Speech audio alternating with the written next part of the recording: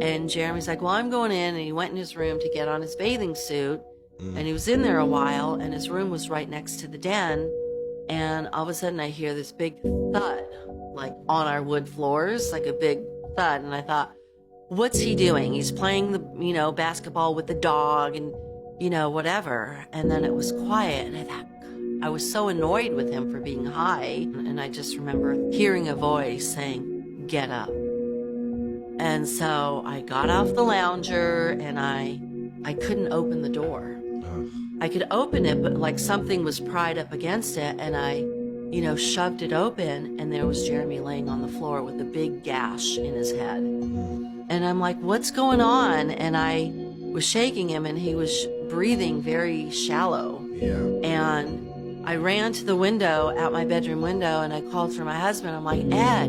And I ran back to the room, and he had started to turn blue. I'm like, oh my God. And I was shaking him.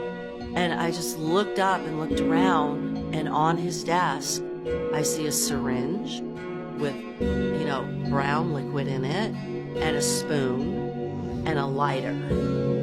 And I'm like, oh my God, he is shooting up. This is an overdose. Yeah. Holy shit, this is an overdose. And I shook him, and I got up, and I had my phone, and I went out the window, and I screamed for Ed.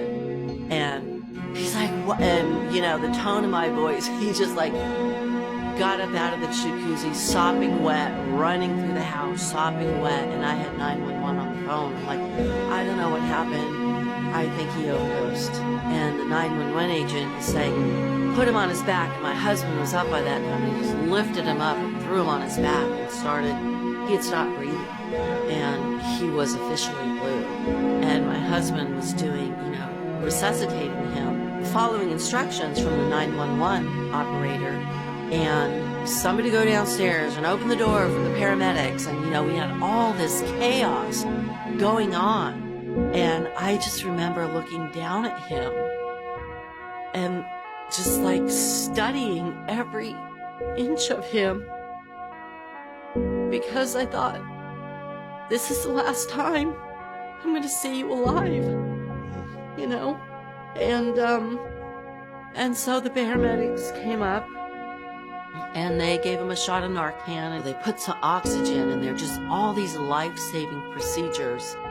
And they put him on a stretcher, and they finally take him downstairs, and he comes to, and I remember looking over the banister and him lying there on a stretcher, and he just looked up at me and said, I'm so sorry, Mom.